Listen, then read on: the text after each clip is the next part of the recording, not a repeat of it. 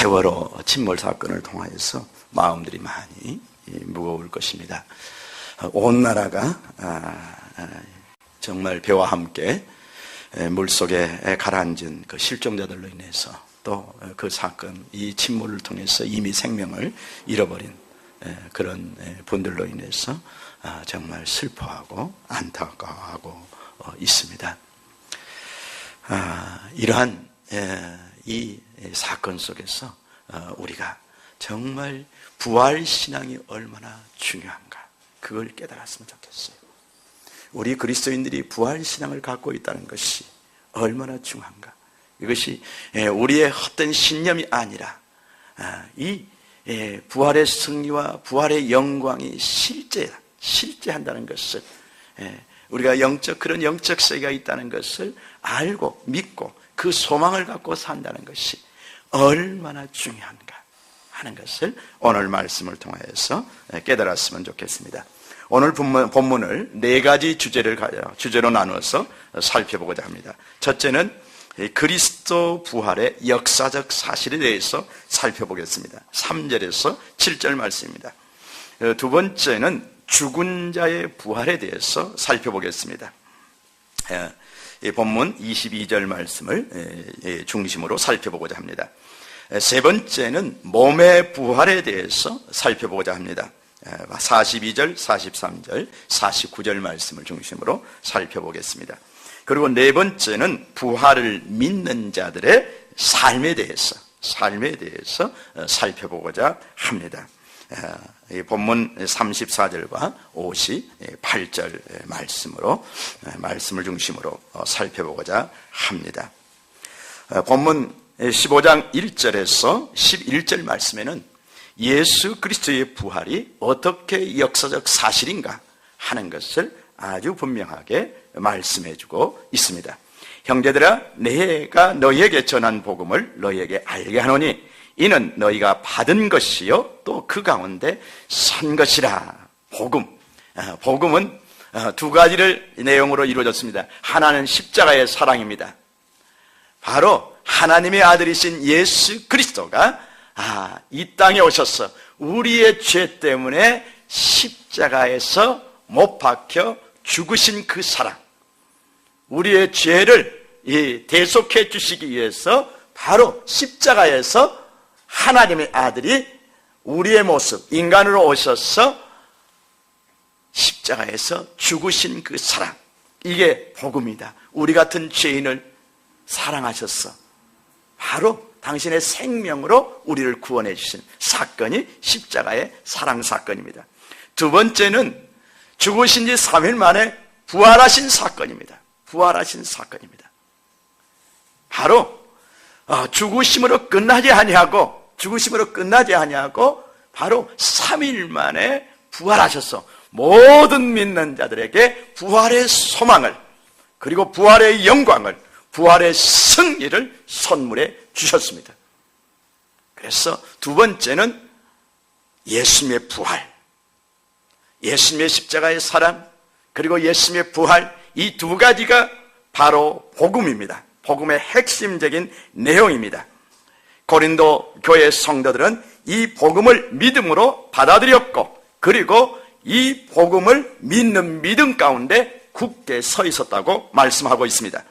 너희가 만일 내가 전한 그 말을 굳게 지키고 헛되이 믿지 아니하였으면 그로 말미암아 구원을 받으리라.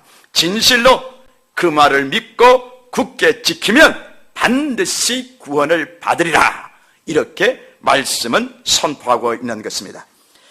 내가 받은 것을 먼저 너희에게 전하였노니 이는 성경대로 그리스도께서 우리 죄를 위하여 죽으시고 장사 지낸 바 되셨다가 성경대로 사흘 만에 다시 살아나사. 성경대로 죽으시고 살아났다는 것은 바로 구약 성경에 예언된 그 예언의 말씀대로, 그 약속대로 신실히 이루어졌다는 얘기입니다. 신실히. 그래서 성경은 창세기 1장부터 계시록 마지막 장까지 하나님의 약속이 어떻게 이루어졌는가, 역사 가운데서 어떻게 이루어졌는가, 그리고 이루어질 것인가 하는 것을 나타내주고 있는 것입니다. 마치 내비게이션이 우리가 가는 길을, 목적지를 이렇게 쭉 안내하듯이 인류 역사의 시작과 끝이 하나님의 그런 약속에 의해서 이루어졌고 또 하나님의 말씀이 그대로 이루어져 간다는 사실을 나타내주고 있는 것입니다. 그 중에 핵심 사건이 바로 성경은 예수님이 우리의 구주로 이 땅에 오셔서 동정녀 마리아의 몸을 빌어서 이 땅에 오셔서 우리와 똑같이 인간으로 태어나셔서 결국 우리의 죄 때문에 십자가에 죽으실 것을 말씀해 주고 있습니다. 이게 이사야 53장 말씀입니다. 이사야 53장 말씀입니다. 그 말씀 그대로 오셔서 예수님께서 우리를 위해서 십자가에 죽어주신 것입니다. 그리고 장사 지낸 바 되었다가 성경대로 사흘 만에 3일째 되는 날 다시 살아나셨습니다. 바로 금요일날 어제 토요일 그제 금요일날 돌아가셨고 어쩝니까? 오늘 바로 이 새벽에 예수님께서 부활하십니다. 그래서 우리가 이 예배드리는 주일은 예수님의 부활하신 그날이에요. 그래서 우리가 주일을 맞이해서 항상 우리를 위해서 부활하신 그 주님으로 인해서 우리가 그 구원의 감격에 쌓여서 부활의 소망을 가지고 예배를 드리는 것이 주일 예배인 것입니다. 이렇게 다시 살아나셔서 예수님께서 다시 살아나신 것을 어떻게 증거해 주셨습니까? 게바에게 보이시고, 게바는 바로 12사도 중에 수제자인 12사도 중에 가장 첫째가 되는 사도인 베드로를 가리킵니다. 베드로에게 보이셨다 그랬습니다. 시몬 베드로에게 보이셨다 그랬습니다. 베드로가 가장 중추적인 역할을 초대교회에서 하고 있었기 때문에 예수님께서는 바로 베드로에게 보이시고 그 베드로가 부활의 증인이 되도록 하셨습니다. 그리고 12제자에게 보이셨습니다. 12제자가 다 이제 다 모이지 않는 그런 상황에서도 나타나시고, 이제 그 자리에 없었던 도마 같은 의심하는 도마가 있으니까, 나는 내 손으로 예수님의 그 못자국난 손, 또 창자국난 그 몸을 만져보지 않고는 안 믿겠어, 못 믿겠어. 이러니까 도마가 있을 때 예수님께서 또 오셔서, 도마야 네 손을 가져와 보라면서 그 못 박힌 손을 만져보도록 하시고, 이제 창자국난 몸을 만져보라 하십니다. 그리고 믿는 자가 되라, 보지 않고 믿는 자가 되라, 제자들의 증언을 통해서 믿는 자가 되라, 이렇게 도마를 도우시는 것을 우리는 알 수가 있습니다. 이렇게 해서 12제자에게 부활한 예수님이 다 나타내 주셨습니다. 그 후에 500여 형제에게 일시에 보이셨나니, 복음서에는 안 나타났지만은 외경에는 이 500여 형제에게 일시에 보이신 사건이 기록이 되어 있습니다. 지금 이 사도 바울은 이것을, 이 당시 이러한 얘기들을 다 수집해서 이 성경 말씀에 적어놓고 있는 것입니다. 500여 형제에게 일시에 부활하신 예수님이 나타나 주신 거예요. 그 중에 지금까지 대다수는 살아있고 예수님의 부활을 경험했던, 부활을 목격했던 그런 이 500의 형제들이 지금 대다수가 살아있다고 지금 말하고 있는 것입니다. 그리고 어떤 사람은 잠들었으며 그 후에 야곱에게도 보이셨으며 그 후에 모든 사도에게와 맨 나중에 만삭되지 못하여 난 자 같은 내게도 보이셨느니라. 야고보는 당시 초대 예루살렘 초대교회의 그런 감독이었습니다. 예루살렘 교회의 감독이었습니다. 예수님의 동생입니다. 동생입니다. 그 야고보에게도 부활하신 예수님이 나타내 보이신 거예요. 그리고 이제 마지막으로는 만삭되지 못한 사도 바울, 이제 예수쟁이들을 다 결박해서 감옥에 집어넣겠다, 이런 이제 공문을 가지고 시리아에 있는 다메섹으로 가는 중에 그 길에서 부활하신 예수님을 만나게 됩니다. 이 사건을 가리키고 지금 사건을 지금 의미하고 있습니다. 맨 나중에 만삭되지 못하여 난 자 같은 내게도 보이셨느니라. 나는 사도 중에 가장 작은 자라. 나는 하나님의 교회를 박해하였으므로 사도라 칭함받기를 감당치 못할 자니라. 어떻게 지옥에 일본으로 가야 될 지옥에 갈 1순위자가 용서를 받을 수 있고, 오히려 이 부활의 예수님을 위해서 이 사도로 살 수 있다는 것은 상상할 수도 없는 것입니다. 세상에서는 상상할 수도 없는 것입니다. 그런데 예수님은 이 바울을 용서하여 주시고, 그리고 그를 새롭게 하셨어. 예수님을 위해서 살아가는 그런 축복을 주신 것을 알 수가 있습니다. 이런 예수님을 만났던 수많은 증인들을 하나하나 이렇게 나열해 놓은 것은 무엇을 의미합니까? 예수 그리스도의 부활이 역사적 사실이다. 바로 역사적 사실이다 하는 사실을 말해주고 있는 것입니다. 여러분이 태어나서 지금까지 살아온 삶의 역사가 있잖아요. 뚜렷하게 있잖아요. 그것처럼 우리 예수님께서 바로 죽으셨지만 부활하셔서 제자들과 함께 했던 그 역사가 아주 분명하게 있다는 얘기입니다. 두 번째는 이제 이 예수님의 부활에 대해서 역사적 사실이라는 사실을 밝힌 후에 죽은 자의 부활이 반드시 있다는 것을 증거해주고 있습니다. 그리스도께서 죽은 자 가운데서 다시 살아나셨다 전파되었거늘 너희 중에서 어떤 사람들은 어찌하여 죽은 자 가운데서 부활이 없다 하느냐. 이것은 당시 헬라 철학에 영향을 받았던 그런 성도들이 예수님의 어떻게 죽은 자가 부활할 수 있느냐, 그런 헬라 철학은 이원론이라고 그럽니다. 영과 육을 완전히 구별합니다. 그래서 이 죽은 자의 부활을 믿지 않습니다. 우리 성경에도 보면은 사두개인들, 이스라엘 사람 중에서 사두개인들은 예수님의 부활을 믿지 않습니다. 눈에 보이는 이 땅에서 삶만을 전부라고 생각합니다. 그런 것처럼 고린도 교회에도 죽은 자가 살아나는 부활은 없다, 이렇게 말하는 자들이 있었다는 얘기입니다. 그런데 여기에 대한 사도 바울의 반론이 무엇입니까? 만일 죽은 자의 부활이 없으면 그리스도도 다시 살아나지 못하였으리라. 그리스도께서 만일 다시 살아나지 못하셨으면 우리가 전파하는 것도 헛것이요 또 너희 믿음도 헛것이며, 또 우리가 하나님의 거짓 증언으로 발견되느니 우리가 하나님이 그리스도를 다시 살리셨다고 증언하였습니다. 예수님의 부활에 대해서 증거하는 모든 사도들이 거짓 증인이 된다고 말하고 있는 것입니다. 만일 죽은 자가 다시 살아난 일이 없으면 하나님이 그리스도를 다시 살리지 아니하셨으리라. 심지어는 어쩝니까? 그리스도의 부활, 역사적 사실인 그리스도의 부활도 부인해야 한다는 사실입니다. 만일 죽은 자가 다시 살아난 일이 없으면 그리스도 다시 살아나신 일이 없었을 터이요 그리스도께서 다시 살아나신 일이 없으면 너희의 믿음도 헛되고 너희가 여전히 죄 가운데 있을 것이요.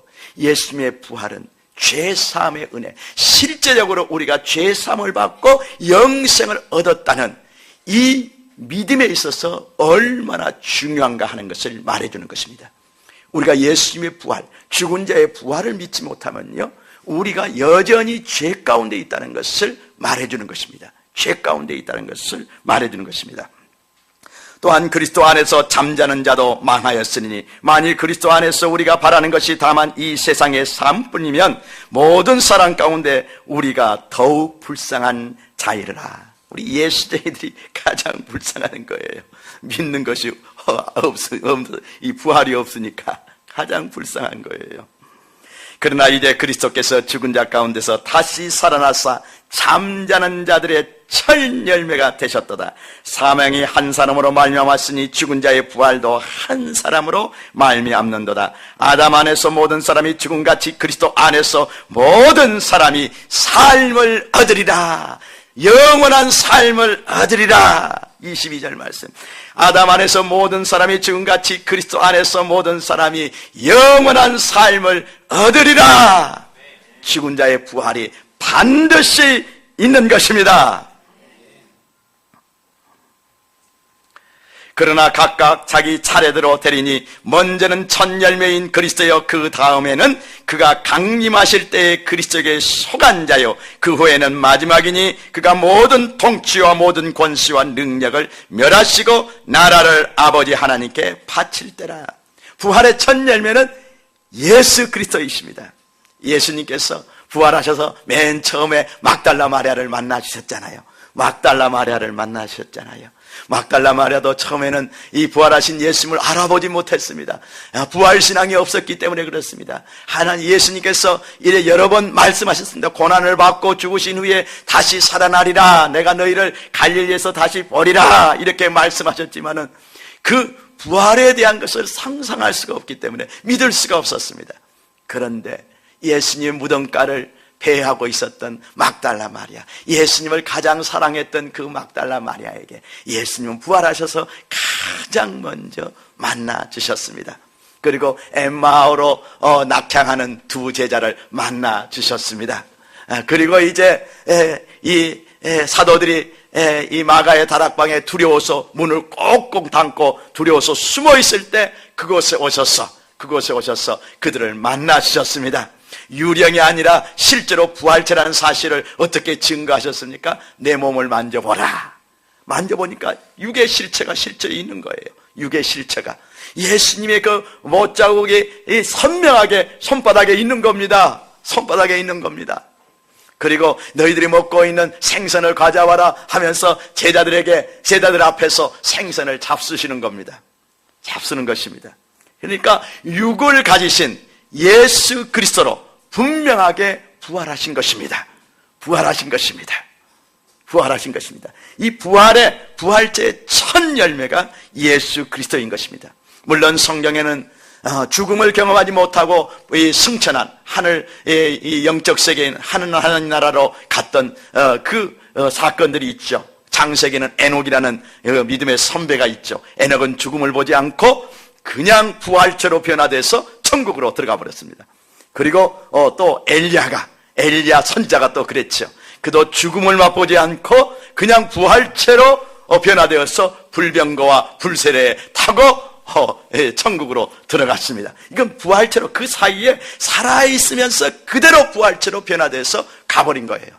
예수님은 죽으신 후에 이제 부활에 몸을 덧입고 이렇게 부활하신 거예요. 여기서 말하는 첫 열매 그리스도의 부활은 이렇게 분명한 것입니다.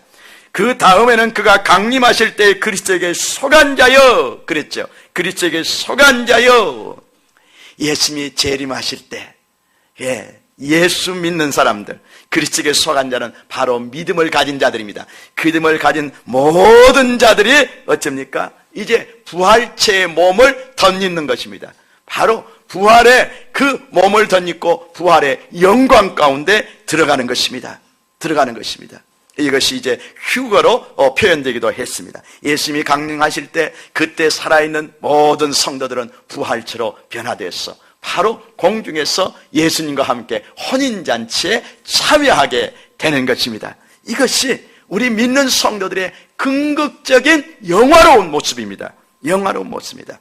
그리고 이제 이런 부활 사건 후에 이제 죽은 자의 부활도, 마지막에 이제 천년 왕국이 끝난 후에 이제 하나님께서는 죽은 자들도, 그 불신자들도 다 부활시키십니다. 다 그 악인의 부활로 다 악인들도 부활시킵니다.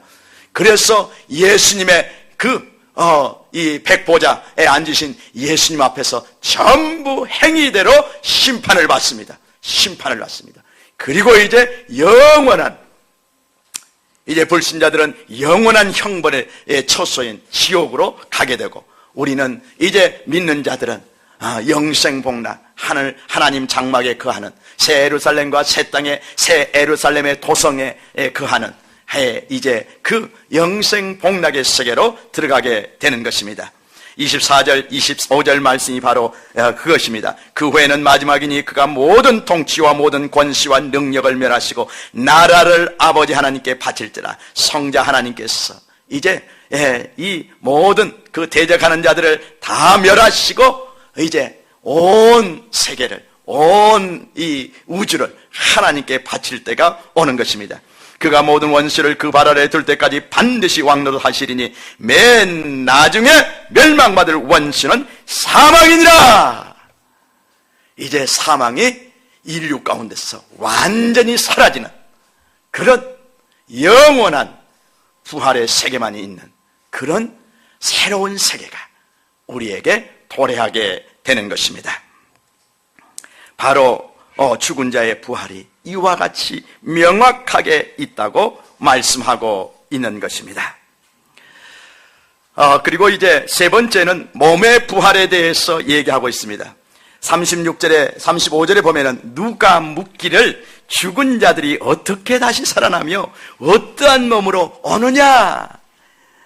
우리가 합리적인 이성적인 그런 어떤 이 분석 방법으로는, 이성적인 그런 과학하는 방법으로는 이 부활에 대해서 설명할 수가 없습니다.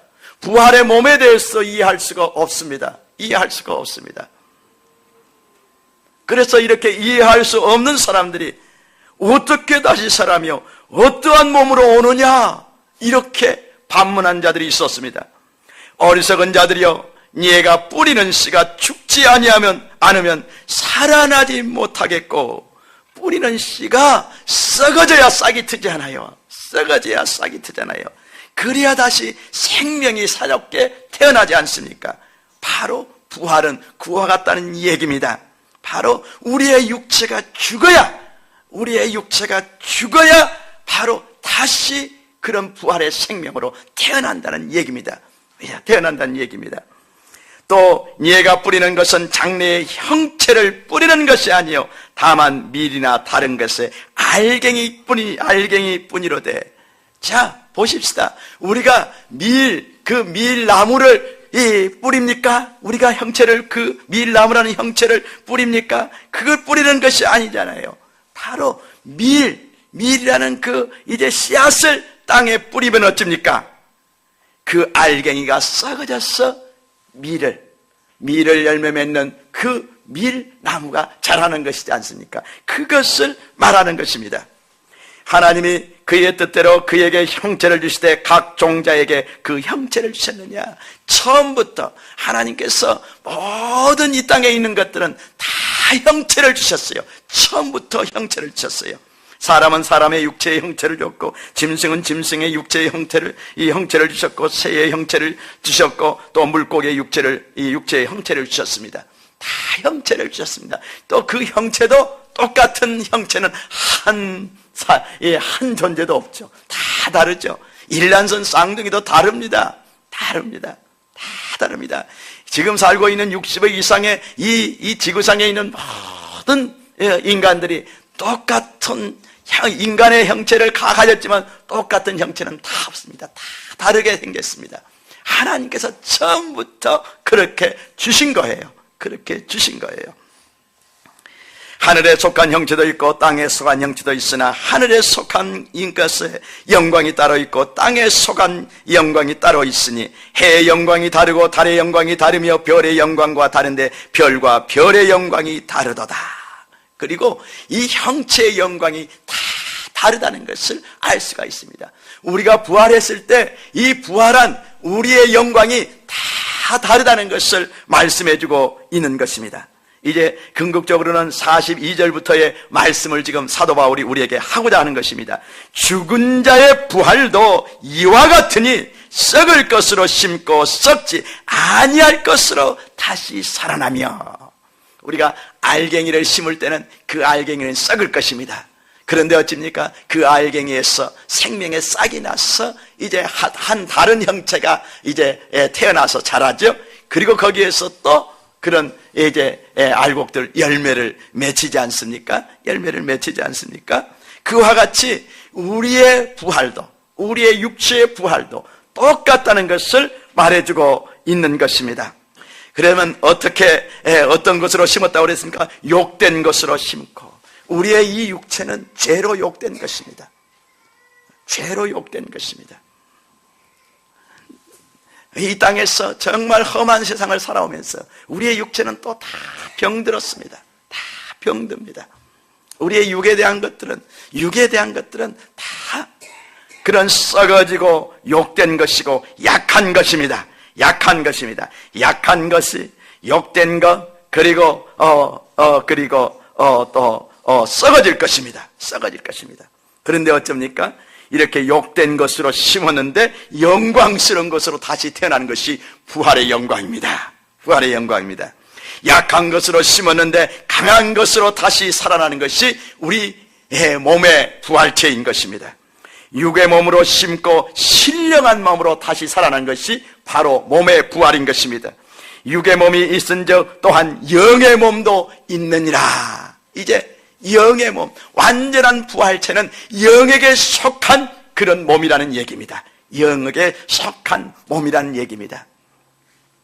기록된 바 첫사람 아담은 생명이 되었다 함과 같이 마지막 아담인 예수 그리스도는 살려주는 영이 되었나니 바로 부활의 영이시라고 말씀하고 있습니다.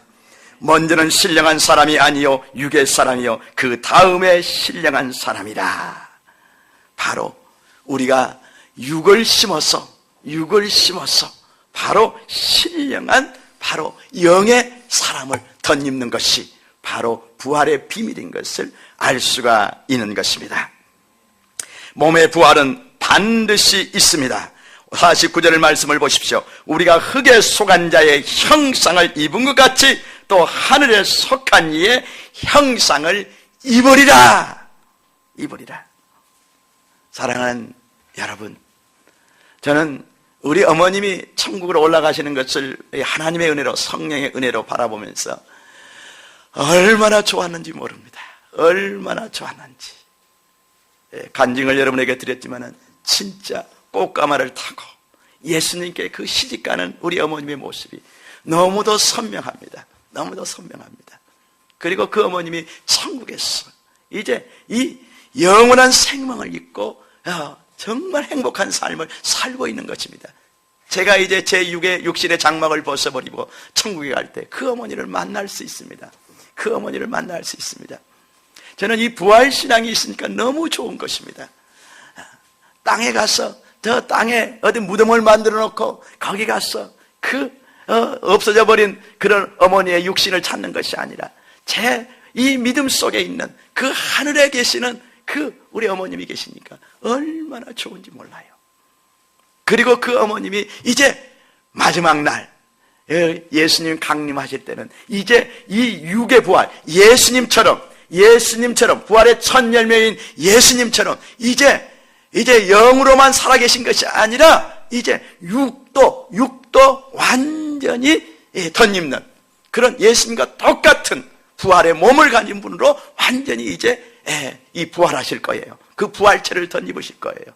그래서 우리가 이제 정말 이 영적인 세계에서도 거침없이 살 수 있고 눈에 보이는 그 육신의 모습으로도 우리가 거침없이 서로를 바라보면서 교제할 수 있는 세계가 바로 우리에게 있는 것입니다.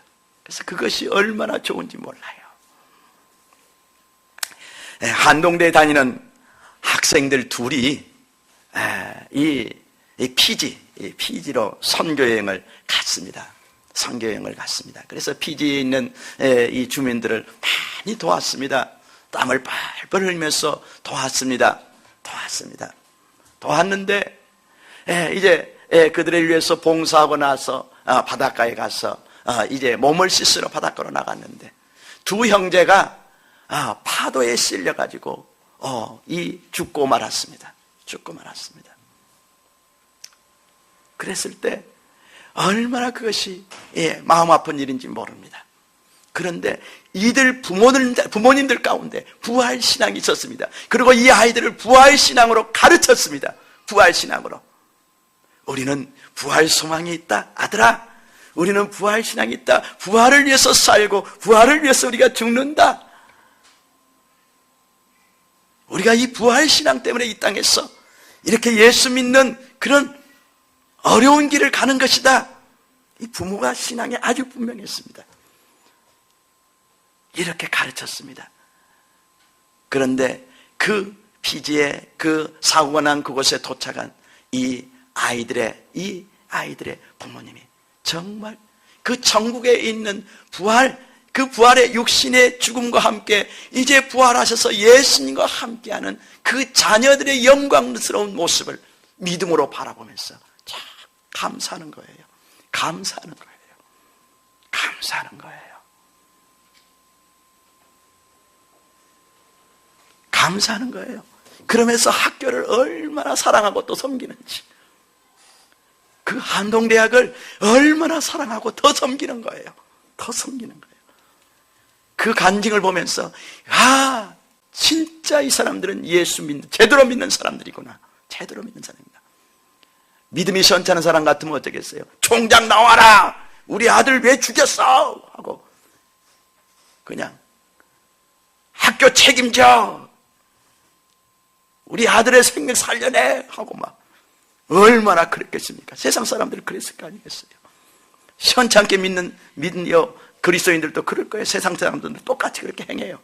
시원찮게 믿는 사람들은 똑같이 그렇게 해요. 그런데 이 학부모들은 정말 순교할 수 있는, 선교여행 가서 이렇게 순교할 수 있는 은혜를 주신 하나님께 감사하고 학교 측에 감사하면서 학교를 다 사랑해요. 우리 김영길 총장님이 굉장히 훌륭하신 분이에요. 제가 볼 때는 아마 우리 세대의 가장 훌륭한 나중에 교육자로 평가를 받을 겁니다. 우리나라에 그러한 총장이 있다는 것, 그것은 우리나라의 자랑입니다. 한동대를 가장 짧은 시간에 아주 국제적인 대학으로 그렇게 만들어 놓은 분이에요. 그 가운데는 수많은 숱한 어려움들이 있습니다. 그분이 완전히 아주 날마다 죽는, 날마다 나는 죽었구나, 죽은 송장이다 하고 살아야만이 되는, 그래야 감당할 수 있는 수많은 그 고난을, 통로를 지났지만 그분은 그것을 다 통과했어요.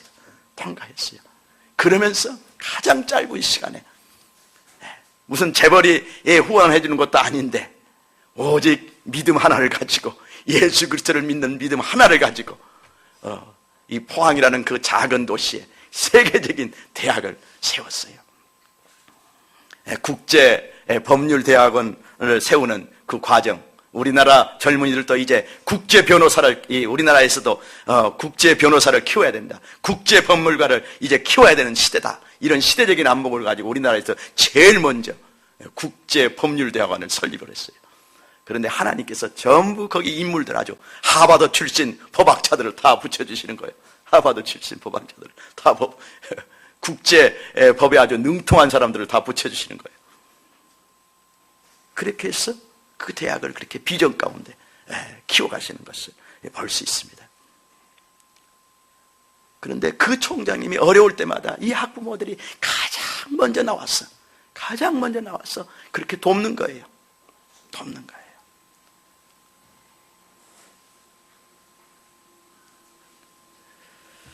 이것이 바로 부활신앙입니다. 여러분, 이것이 부활신앙입니다. 지금 우리는 세월호 침몰 사건을 통해서 정말 슬픔에 담겨 있는데, 저 아이들 속에는 믿는 아이들도 있고 믿지 않는 아이들도 있을 것입니다. 우리가 부활신앙이 있을 때 우리는 하나님께 감사할 수 있습니다. 이 땅의 생명이, 이 땅의 삶이 전부라고 생각할 때 우리는 그 상실의 아픔을 견딜 수 없습니다. 그것이 절망입니다. 한 교감 선생님이 자기 혼자만 살아난 것이, 또 그 책임감이 너무 무거워서 자살을 했습니다. 자살을 했지 않습니까? 그게 사망권세입니다.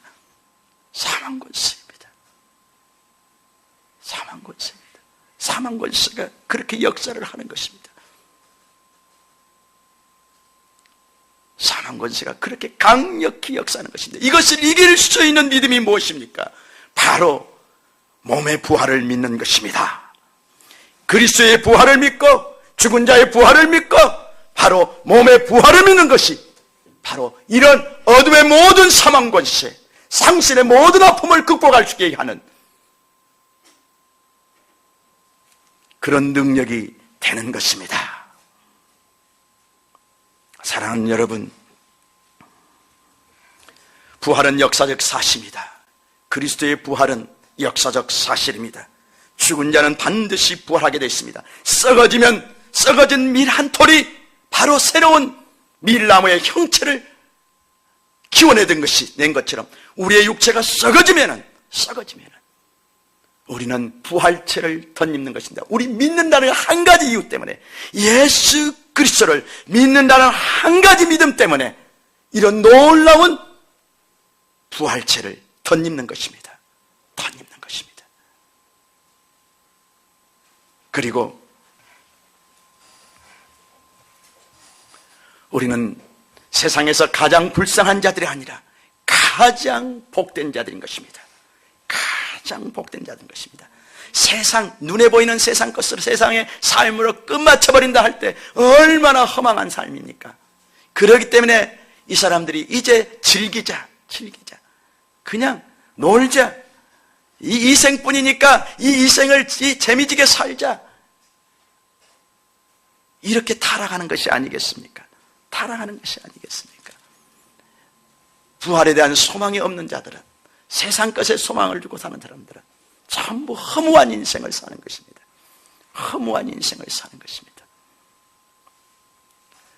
우리가 부활을 믿음으로 말미암아 영원한 그리고 절대적인 인생의 의미와 목적을 가지고 이렇게 부활 소망을 가지고 살 수 있다는 것이 얼마나 복인지, 그리고 상실의 모든 아픔을 극복하고 남을 수 있는 그런 위대한 능력이 된다는 것을 오늘 말씀을 통해서 우리가 다시 한번 깊이 새겼으면 좋겠습니다. 55절 말씀을 보겠습니다. 사망아, 너의 승리가 어디 있느냐? 사망아, 너의 이기는 것이 어디 있느냐? 부활신앙을 가진 자들은 사망을 짓밟아버리는 것입니다. 정복해버리는 것입니다. 정복해버리는 것입니다. 사망아, 너 쏘는 것이 어딨느냐? 사망아, 너 쏘는 것이 어딨느냐? 사망은 저주입니다. 저주입니다.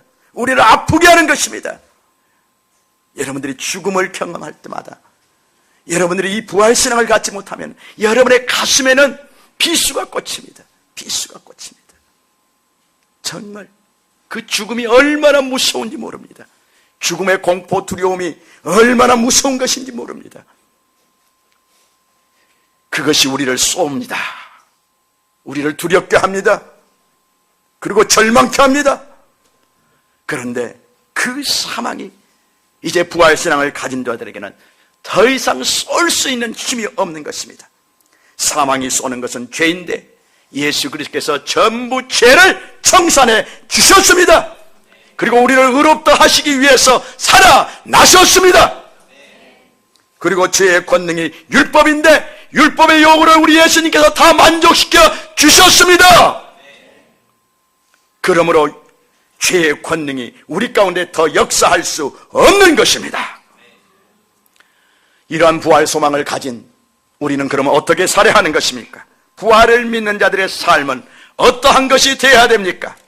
우리 34절 말씀 한 목소리로 같이 읽겠습니다. 시작. 깨어 의를 행하고 죄를 짓지 말라. 하나님을 알지 못하는 자가 있기로 내가 너희를 부끄럽게 하기 위하여 말하노라. 속지 말라. 악한 동무들은 선한 행실을 더럽히나니 깨어 의를 행하고 죄를 짓지 말라. 오늘 세례를 받으신 분들이 있습니다. 세례가 무엇을 의미합니까? 여러분이 죄에 대해서는 죽고 육체를 통해서 들어오는 죄의 소욕에 대해서는 죽고 세상에서 죽고 이제 예수 그리스도를 믿음으로 말미암아 부활하신 예수님께 연합되어서 이제 하나님의 나라에 대해서 하나님의 의에 대해서만 산 자가 되었다는 것을 이제 공적으로 인정하는 것입니다. 여러분이 예수 그리스도를 믿음으로 예수 그리스도와 함께 이제 십자가에서 여러분의 육은 다 죽었습니다. 죽었습니다. 이것을 반드시 여러분은 선포하십시오. 이제 육의 생각, 육을 통해서 들어오는 여러분의 육의 오간을 통해서 들어오는 세상 정보들이 여러분의 생각을 주장하지 못하게 하십시오. 그것은 이미 다 죽었습니다.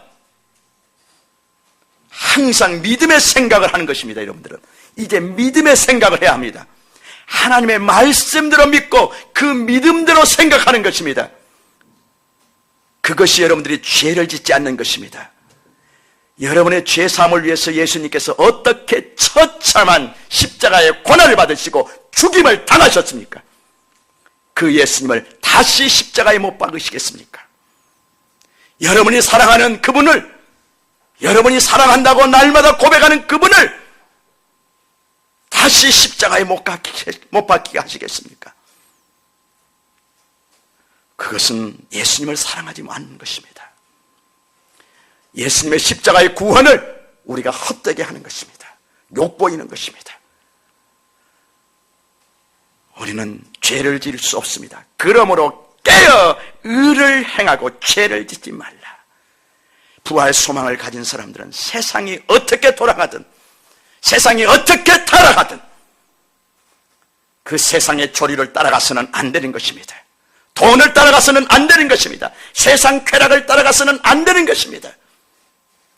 깨어서 의를 해가고 깨어서 깨어있는 삶을 살아야 합니다. 항상 말씀을 묵상하고 항상 기도하고 항상 우리의 마음의 초점을 위에 두고 부활 소망을 가지고 천국에 두고 우리가 거룩한 나그네로 이 땅에서 살아야 하는 것입니다. 이렇게 가다가 우리가 연약하여 범죄할 수는 있습니다. 우리가 연약하여 범죄할 수는 있습니다. 그러나 그때마다 우리는 다시 죄를 고백하고 믿음의 길을 가야 하는 것입니다. 절대 고의로 알면서도, 우리가 알면서도 피할 수 있는데도, 거절할 수 있는데도 우리가 죄를 따라가면 안 되는 것입니다.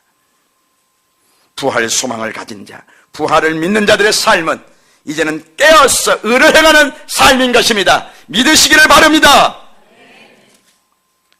그리고 58절을 같이 읽겠습니다. 시작. 그러므로 내 사랑하는 형제들아, 견실하며 흔들리지 말고 항상 주의 일에 더욱 힘쓰는 자들이 되라. 이는 너희 수고가 주 안에서 헛되지 않는 줄 알미라.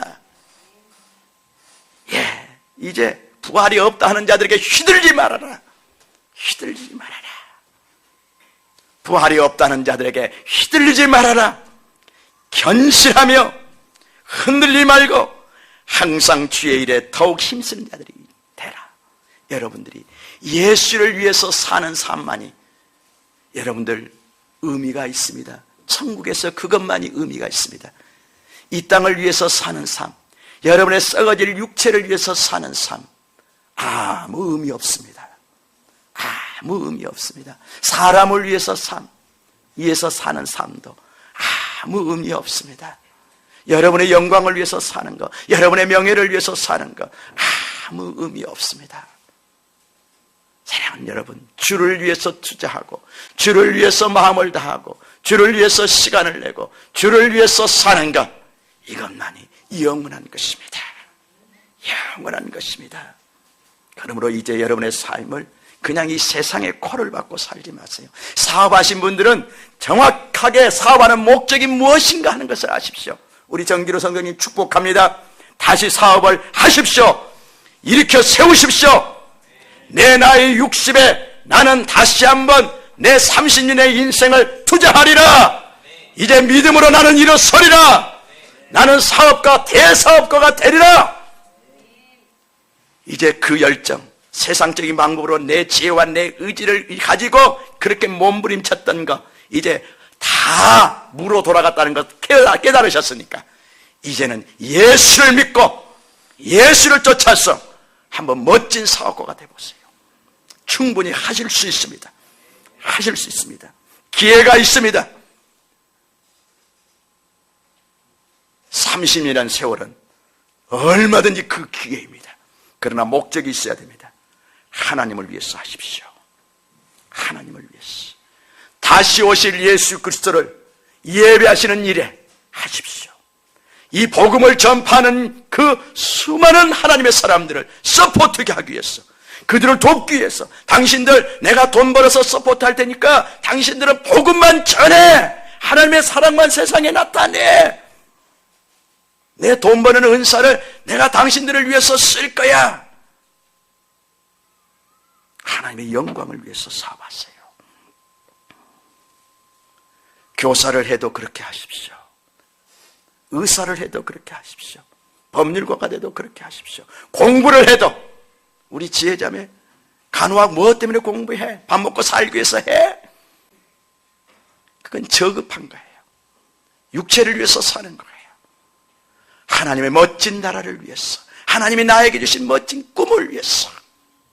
우리 CLF가 메카까지 가는 거 아니에요. 내가 중동에 선교사로 가기 위해서 내가 간호대학을 간다. 간호학을 내가 공부한다. 정말 나이팅게일 정신으로 내가 정말 내 삶을 하나님께 드리겠다. 그러면 간호학이 재미가 있어. 간호학이 의미가 있으니까 공부해. 그냥 먹고 살기 위해서 그런 공부하면 안 돼.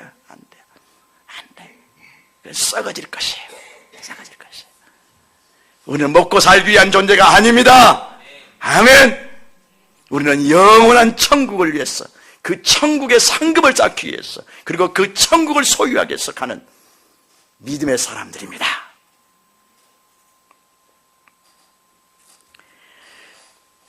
주의 일에, 항상 주의 일에 더욱 힘쓰는 자가 되라. 여러분들, 예수님을 사랑하는 것이 무엇입니까? 바로 여러분의 그리스도의 몸된 이 교회 공동체를 사랑하는 거예요. 여러분들, 예수 사랑한다고 고백할 때 여러분의 이 교회, 그리고 여러분의 담임 목사, 그리고 여러분을 섬기는 우리 이 문목사님, 또 사역자들, 이분들이 얼마나 소중한 사람인가. 예수님 같이 이분들을 사랑하세요. 그리고 이 교회 공동체를 여러분의 가정일보다도 더 중하게 여기세요. 그것이 하나님을 첫째로 사랑하는 거예요. 첫째로 사랑하는 거예요. 그럴 때 하나님께서 여러분을 축복하시는 거예요. 하나님은 그냥 축복하시는 분이 아니에요. 즐겨 순종하는 자에게 이 땅에서도 소산을 먹게 해주시는 거예요. 그동안 저는 제 자신의 인생을 여러분을 섬기는 것에 제가 의미를 두고 살았기 때문에 여러분들에게 사랑받는 것을 거북스럽게 생각했어요. 그런데 가르쳐야 되겠더라고요. 이제는 가르쳐야 되겠어. 그냥 가르치지 않으면 안 되겠다 하는 것을 제가 깨달았어요. 그래서 우리 문 목사님이, 목사님, 우리가 식사 한 끼 살게요. 사전에는 제가 이 밥 얻어먹는 사람이 아닙니다. 우리 사역자들한테 내가 자네들을 위해서 내 인생을 드렸는데 어떻게 자네들한테 내가 대접받아? 가서 그냥 자네들 도움 필요한 사람들한테 해.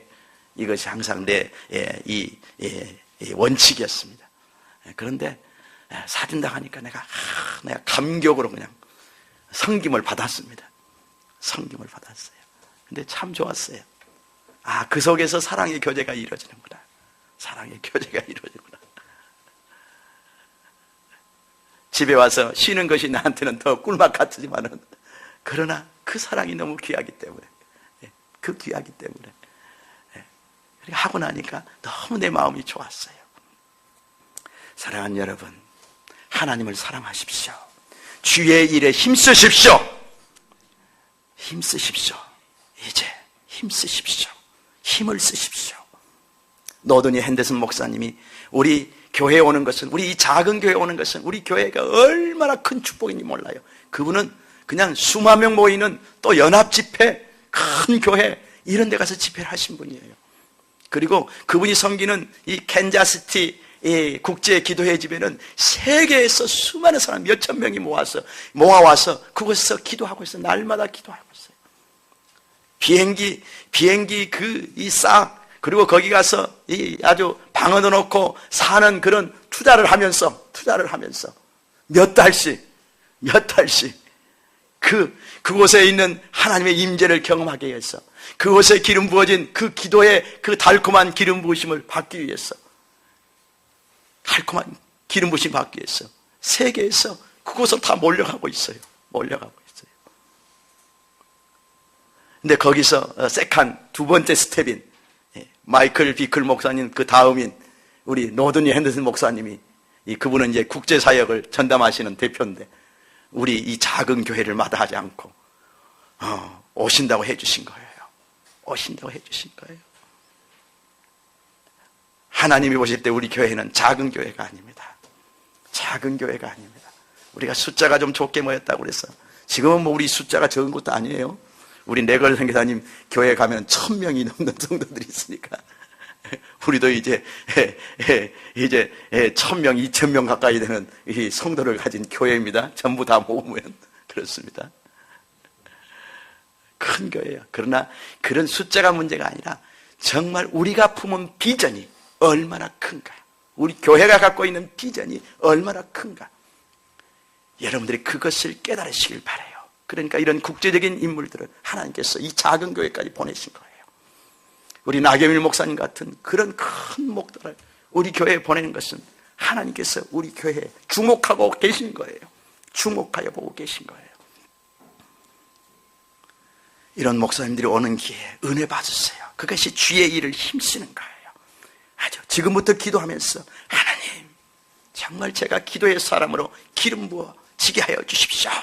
기름 부어 지게 하여 주십시오. 그래서 우리 가정을 기도의 집이 되게 해 주십시오. 기도의 집이. 진짜 믿음으로 기도하는 기도의 사람 한 사람이 여러분의 가정에 있으면 여러분의 가정은 정말 축복받습니다. 축복받습니다. 하나님은 지금 우리 교회에 대해서 만민이 기도하는 제비로 이 비전을 주셨는데 이제 그 비전을 지금 이루어가고 계시는 거예요. 지금도 우리 이 교회에서 지금 기도가 굉장히 지금 폭발적으로 기도의 기름 부으심이 지금 부어지면서 폭발적으로 이렇게 기도 운동이 일어나고 있는데 아마 더 한 단계 어떤 영적인 돌파를 갖는 그런 이 기도의 기름 부으심이 저분을 오심으로써 아마 부어질 겁니다. 주의 일을 힘써라. 우리 교회가 힘써서 정말 그런 기회에 여러분들이 한 사람 한 사람이 정말 영적인 은혜를 사모하고 바로 그 영적인 은혜에 헌신되는, 은혜를 사모한 마음으로 헌신되는 이거 하나하나가 바로 교회를 사랑하는 거예요. 교회를 사랑하는 거예요. 그리고 여러분의 교회가 되는 거예요. 사역자들의 교회입니까? 이 교회가 제 교회입니까? 제 교회입니까? 제 교회 아니에요. 여러분의 교회예요. 주님의 교회일 뿐만 아니라 여러분의 교회예요. 나는 때가 되면 그냥 나 사표 내고 물러갈 거예요. 그래서 항상 제 마음, 이 호주머니에 내가 주님 앞에 사표를 내가 항상 담고 다녀요. 제가 나중에 이 주인 노릇 할까 봐서 이 집에 남아서. 그래서 내가 언제든지 정말 그런 마음이 제 마음속에 쏙 들어오려고 하면 얼른 사표 내고 도망치려고. 이제 여러분의 교회로 삼으시기를 주의 이름으로 축원합니다. 예, 믿는 자의 삶 두 가지입니다. 깨어 의를 행하라. 두 번째, 견실하며 흔들리지 말고 항상 주의 일에 더욱 힘쓰는 자가 되라. 너희 수고가 주 안에서 헛되지 않는다. 이 메시지를 여러분의 삶 속에, 가슴 속에 담으시기를 주의 이름으로 축원합니다. 55절 말씀 읽고 마치겠습니다.